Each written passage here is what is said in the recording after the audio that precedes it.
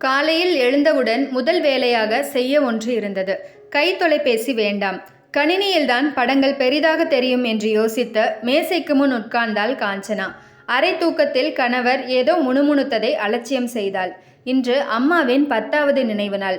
அதை ஒட்டி நான் படைத்தது என்ற விளக்கத்துடன் 10 விதமான வண்ண வண்ண உணவு பண்டங்கள் வெவ்வேறு அளவை கொண்ட பாத்திரங்களில் இருந்தது. அவள் பார்வை அதன் கீழ் போயிற்று.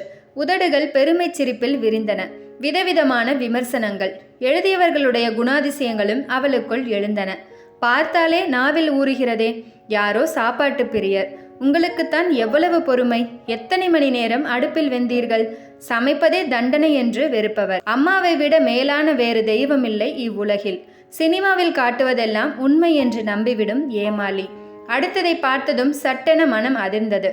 அம்மா மேல் எத்தனை அன்பு வைத்திருந்தால் இப்படி கொண்டாடுவீர்கள்? சற்று முன் எழுந்த உற்சாகம் வடிந்தது. குற்ற உணர்ச்சியால் தான் இவ்வளவும் செய்தோமா? அதை உடனே மறுத்தாள். 10 வயதில் சற்று முன்பின் தான் இருப்பார்கள். தன்னை தன் போக்கில் விடாது எல்லாவற்றிலும் குற்றம் கண்டுபிடித்து கொண்டே இருந்த அம்மாவுடன் ஓயாது சண்டை பிடித்து கொண்டிருந்ததில் என்ன தப்பு? அண்ணா ஊர் சுற்றிவிட்டு வந்த போதெல்லாம் எதுவும் கேட்டாளா அந்த அம்மா? அவன் மட்டும் உயர்த்தியோ? கேட்டபோது என்ன இருந்தாலும் நீ ஒரு பொண்ணு என்று விடுவாள். ஆண்களுக்கு நான் எந்த விதத்திலும் சளைத்தவள் இல்லை என்ற வீம்பு அப்போதுதான் எழுந்தது. இரவு நேரங்களில் பார்ட்டி என்று கண்ட இடங்களுக்கு போக ஆரம்பித்தாள். பல தரப்பட்ட ஆண்களுடன் பழக்கம் ஏற்பட வீட்டில் கிடைக்காத நிம்மதி வெளியிலாவது கிடைத்ததே என்ற நிறைவு ஏற்பட்டது. அம்மாவுடன் அப்பாவும் சேர்ந்து கொண்டார். அவள் பெயர் கெட்டுவிடுமாம். அப்புறம் யார் உன்னை கல்யாணம் செய்து கொள்வார்கள் என்று இறைந்தார். எனக்கே தேடிக்க தெரியும், இந்த வீட்டை விட்டு தொலைகிறேன் என்று கத்திவிட்டு வெளியேறினாள். எங்கு போவது என்ற குழப்பம் இருக்கவில்லை. அம்மாவுடன் சண்டை போட்ட போதெல்லாம் தன் தோழி ஆலிஸிடம் அதை பகிர்ந்து கொண்டிருக்கிறாள். படிக்க பிடிக்காது ஒரு உத்தியோகத்தை தேடிக்கொண்டவள் ஆலிஸ். அவளுடைய பெற்றோர் கடல் கடந்து வேறு நாட்டில்.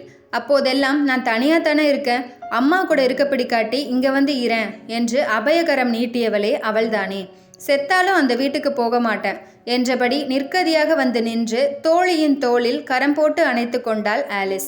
அப்பா இறந்த செய்தி கிடைத்த போது மரியாதைக்காக வீட்டுக்கு போனாள் காஞ்சனா. அம்மா அவளை கண்டுகொள்ளவில்லை. 30 வயதில் தனக்கு எல்லா விதத்திலும் ஈடு கொடுக்கக்கூடியவன் இவன்தான் என்று தோன்றி போக ஒருவனை மணந்தாள். தருதலை என்று தான் அஞ்சிய மகள் ஒருவாறாக சராசரி பெண்ணை போல் இல்லறத்தில் இணைந்து விட்டாளே என்ற பூரிப்புடன் அம்மா கல்யாண வைபவத்தில் கலந்து கொண்டாள். எனக்கு இப்போ ரொம்ப சந்தோஷமா இருக்கு என்று பார்ப்பவரிடமெல்லாம் சொல்லி மகிழ்ந்தாள். 2 குழந்தைகளையும் பெற்ற பிறகு இனி அம்மா நம்மை கண்டிக்க என்ன இருக்கிறது என்று அம்மாவை தன்னுடன் வந்து தங்கும்படி அழைத்தாள் காஞ்சனா. தனியா இருக்கீங்களேம்மா என்ற உபசார வார்த்தைகளுடன். இத்தனை வருஷம் தனியாத்தானே இருந்தேன். அப்பார்ட்மெண்ட்ல அக்கம் பக்க வீட்டுக்காரங்க இருக்காங்க, என்ன பயம் என்று மறுத்துவிட்டாள் அம்மா. கடந்ததை அசை போட்டு கொண்டிருந்தாள் காஞ்சனா. தான் வற்புறுத்தி அழைத்தும் அம்மா ஏன் தன்னுடன் வர சம்மதிக்கவில்லை? வயதான என்னை பார்த்து கொள்ளாது எவ்வளோ சிநேகிதிக்கு சமைத்து போட்டு கொண்டிருந்தாயே என்ற எண்ணமோ? பல வண்ணங்களில் தான் சமைத்து வைத்திருந்ததை அம்மா இனி சாப்பிட வரமாட்டாள் என்ற எண்ணம் உதிக்க காஞ்சனா உறக்க அழுதாள்.